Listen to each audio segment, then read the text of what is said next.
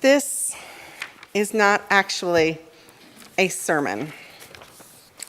It is a love letter. Dear Universalist Unitarian Church of East Liberty, members and friends, I know it's hard right now to keep spirits up. I know some of you are mad at me for leaving, and some of you, particularly in our leadership, are worried about what will happen next. I know it's disheartening to not yet know who your next minister will be, and to learn you'll be having a part-time minister, so that will leave even more work on the shoulders of these wonderful volunteers. But I have so much faith in you, because I have known you and have loved you for so long. Here's what I know. I know that many churches out there in historic buildings have buildings that are crumbling. I've seen them. They are dripping with leaks and falling apart at the seams. They are struggling to keep their building workable, and they can't even imagine how to make their buildings accessible. And I know you here are keeping your building from becoming just a historical museum, just an homage to the past, but moving it ever forward for what you need for your present and future. You've made it largely accessible and made it more beautiful. You've paved the parking lot in an effort to be easier for people with physical accessibility issues that were kept away by our gravel situation. In this way, maybe the small size has been a blessing. It has kept you nimble, able to act quickly and decisively on some of the biggest issues before you. I know that many churches are inward focused exclusively. They make themselves a haven for themselves, and then they don't care if anybody else finds them. And I know that you're a church that keeps trying to find ways to get yourself known in this community, doing forums for over 10 years for that reason, primarily set before you to do them. Despite the few numbers that you have, you did work that built a place in this community for dialogue and learning that continues on today. And speaking of which, there's the social justice work that we do in the world that many churches find it easier to ignore because they think it brings divisiveness to a religious community.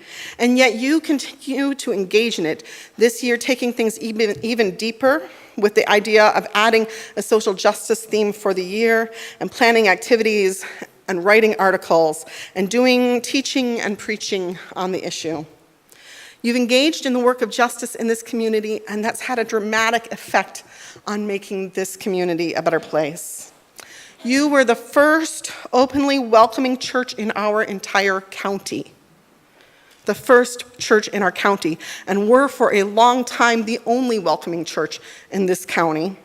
And you have been a welcoming home for LGBT people for just about 14 years, since right before I got here officially, although you were welcoming in your hearts long before that. And you helped make Jackson a more welcoming place. Without this church and its work, it might not have happened there for even more years.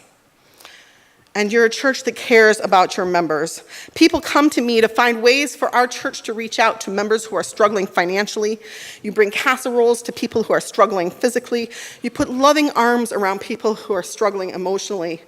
And your small size here means that you know everyone, and you know when someone needs help, usually, and you reach out when you do know. So I know in my heart that this church is too vital, too caring, too engaged, and too forward-looking to not be successful in your future. You've been a blessing to me and to so many people who have walked through these doors.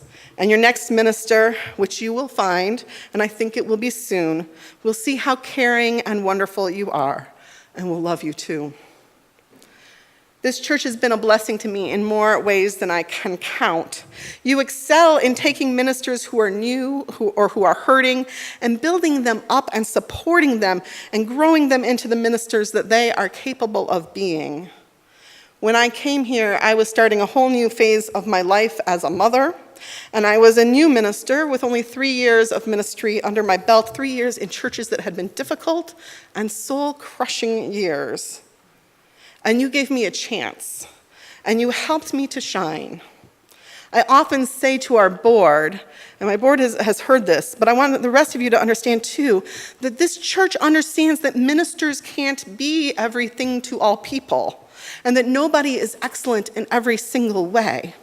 And that the work of the church has to be, in part, to let the minister shine in their areas of excellence rather than constantly critiquing them for their weak spots, to become the solution, to shore up those areas because we all minister together. And you have here done that. You have allowed me to shine. And while I may not be the perfect pastor, you've supported my pastoring through personal ministry and lay ministry. You do this in so many areas so that we can shine together as a welcoming beacon of liberal religion in this area. But if you were only a church that was here to support new or hurting ministers, that wouldn't have been enough to keep me here for 14 years. You're much more than that. This loving community, this leadership of amazing lay leaders has been a joy to be in. Our board has fun together. You're a healthy church, and you're a happy church, and you're interested in new ideas and new structures. When I suggested social hour teams to our board and membership committee, you ran with that and made it work. When I asked for worship associates, you did that for several years to support the worship of this church. When I talked about this year trying to hold another worship service in another downtown location in Jackson, this board was willing to green light the project. It'll be a project for a future minister, I hope someday. When I talked with one of you about hosting individual adult religious education classes, you took that project and ran with it, embraced it, and ran with it all year long for well-run programs.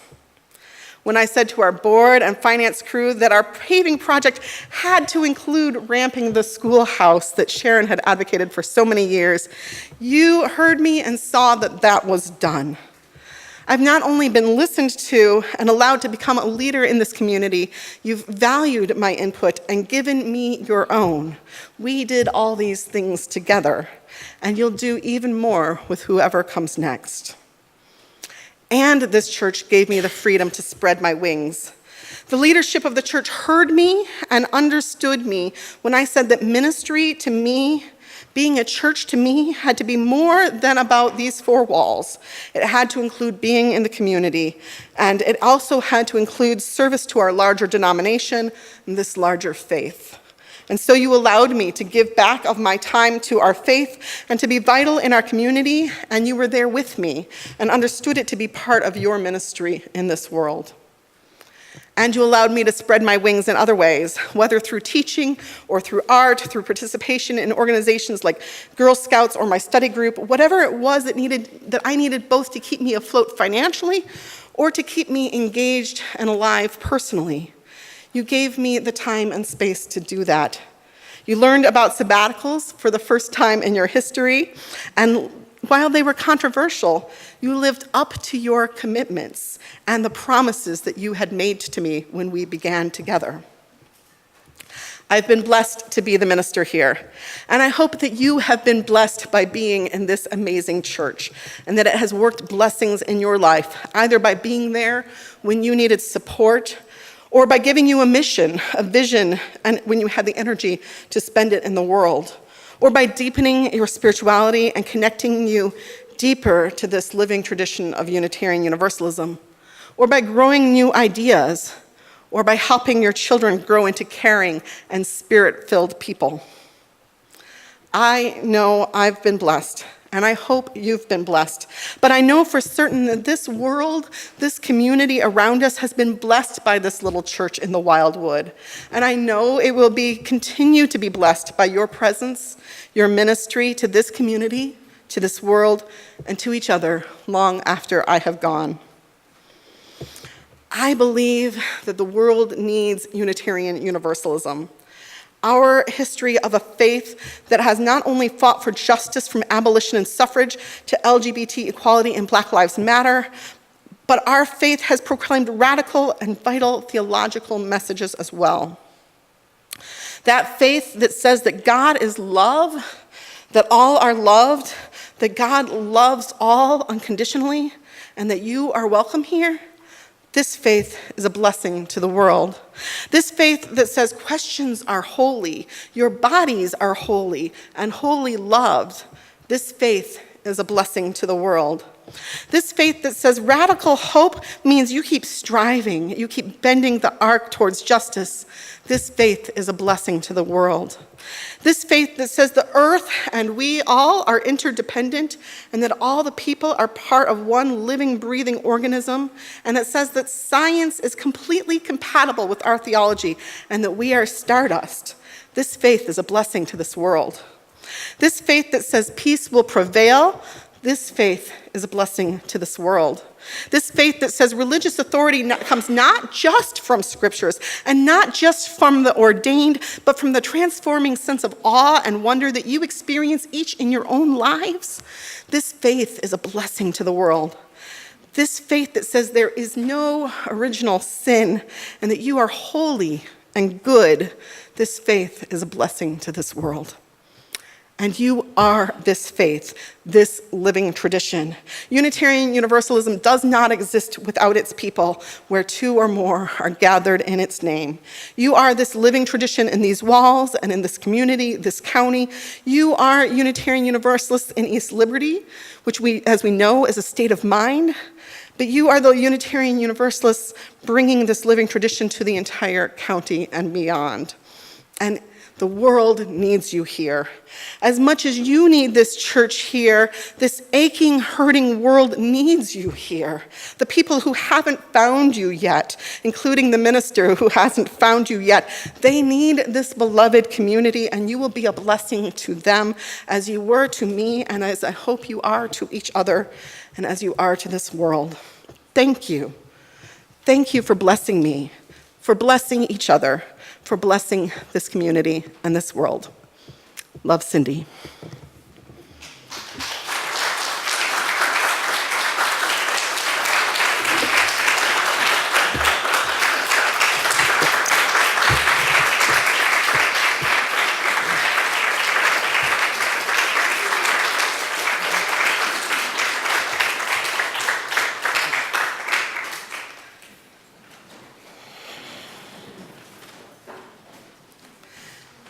Oh, yes, hymn. Please rise in body and spirit and sing number 16, "'Tis a Gift to be Simple."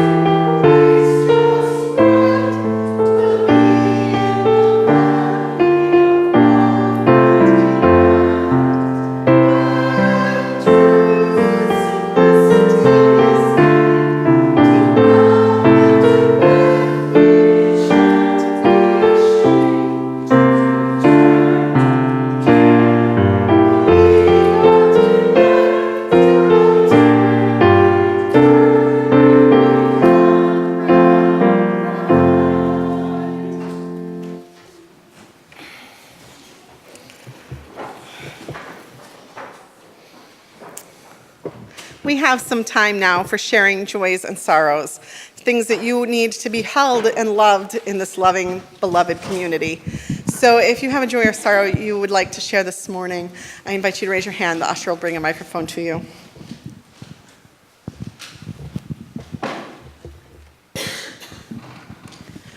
I'm Donna Hinton. I'm worried about my husband's Aunt Marie. Wednesday we got a message. She's in the hospital. She's got an aneurysm on her heart.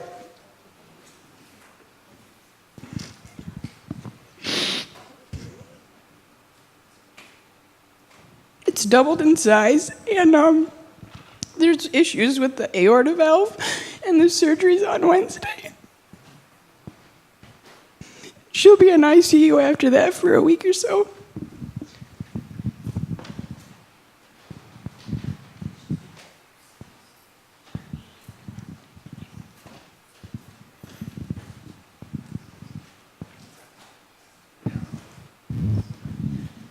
Hi, I'm Sharon. I'm just asking to have you keep Mindy in your thoughts and prayers this week, because I think it's just going to be a transition week of some kind to know what's happening next.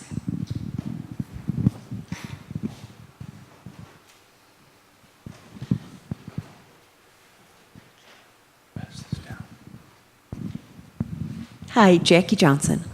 So I was sitting here before the children got sung out, and I heard Donna say, "Isn't it time for him to go down yet?" And I remember sitting in the pew and thinking, "Oh dear God, please let him go." And then, to get from that point to sitting in the graduation.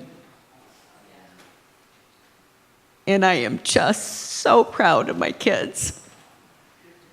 And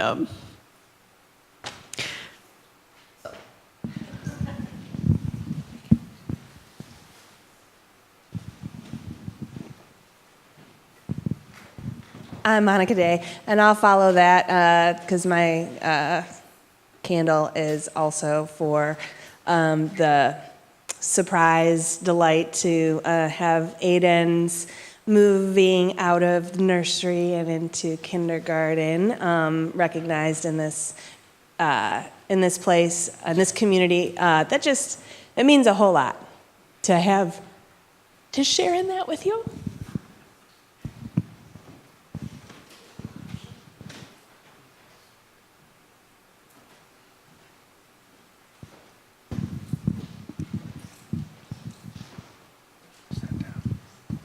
I guess it's okay to cry during Joys and Concerns. I'd be left out if I didn't, right?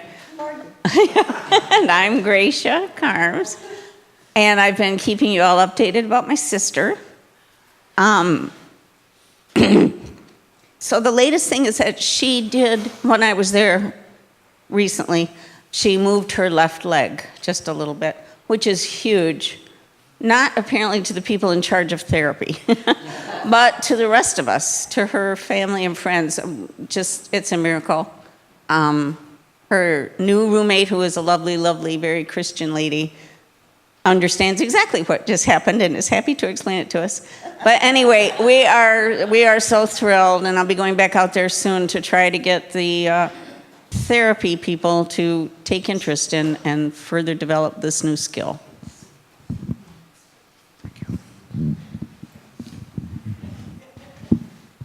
I'm Peg Beeson, I guess, in keeping with the theme of tears. Thursday would be our 49th wedding anniversary.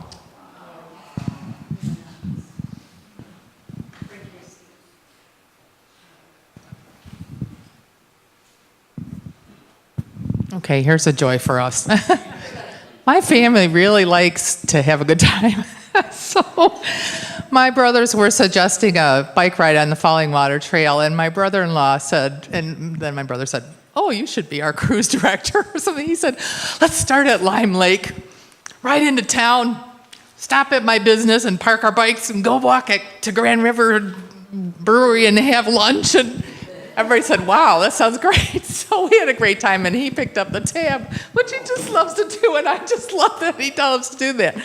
Anyway, after a couple 10-minute bike rides, I made it the whole way, which is probably about 10 miles, so that was pretty cool. Thank you.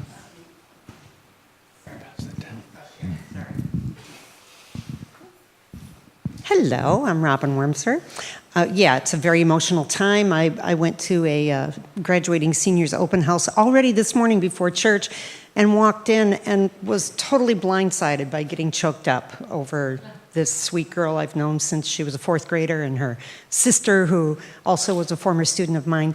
But let's also hear it for the peonies and the iris and the columbine and the poppies and everything else that's blooming right now. It's a beautiful time of year.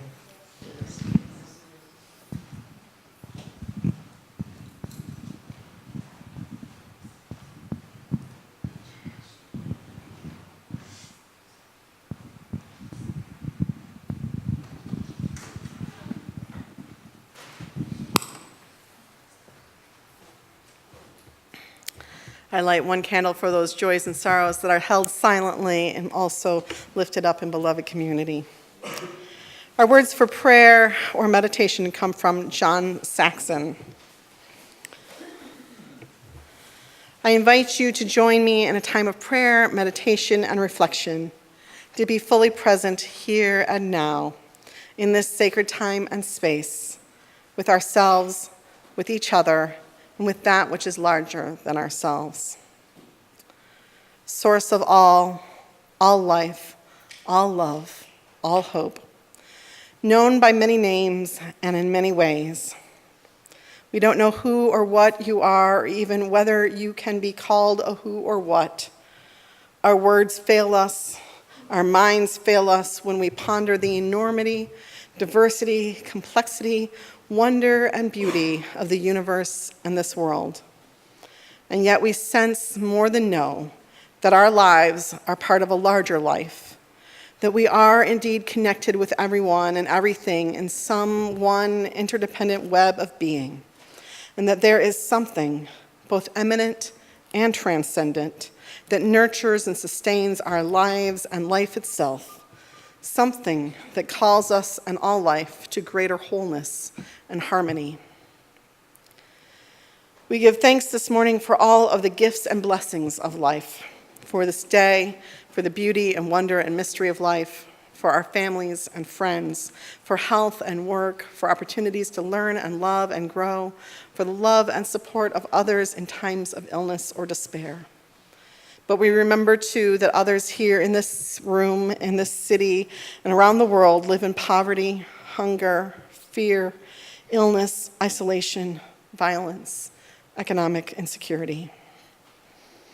In the silence of this room and in the silence of our hearts, may we hear the call to a wider perspective and a deeper resolve.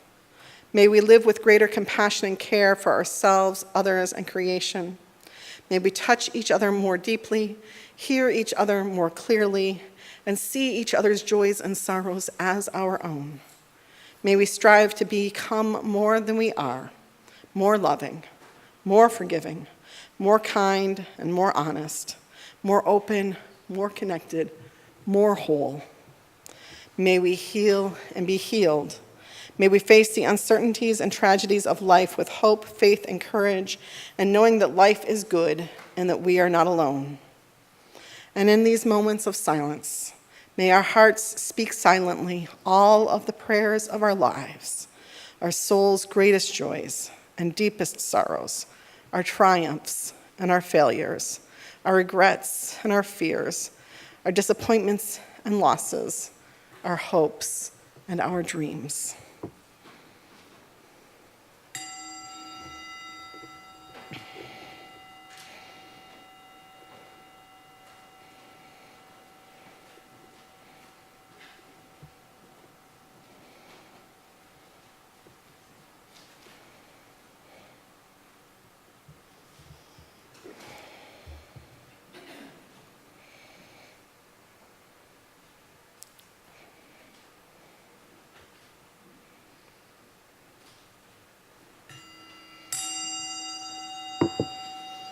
May it be so.